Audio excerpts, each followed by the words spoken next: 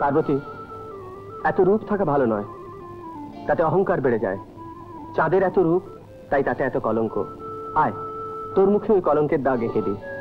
তুই ওই মুখ আশে দিয়ে মাঝে মাঝে দেখবি তো? তা আমি জানি না, তবে এটুকু জানি তিনি তোমাকে স্নেহ করেন, ভালোবাসেন। হ্যাঁ ছোট বাবু, তাই আমি ওই নাকের ফুলটো দিয়ে তোমার বউকে আশীর্বাদ করতে গেছিলাম বাবা।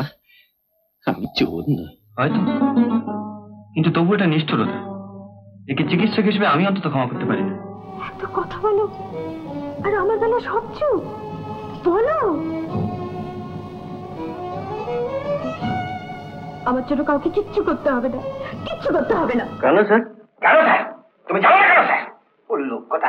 তাহলে তুমিও শুনে রাখো কাকি, যদি 3 দিনের মধ্যে রঞ্জন দা কমলির স্বামী না হয়, তাহলে ও মুখ পোড়ার মুখ আমিও দেখবো না। হ্যাঁ।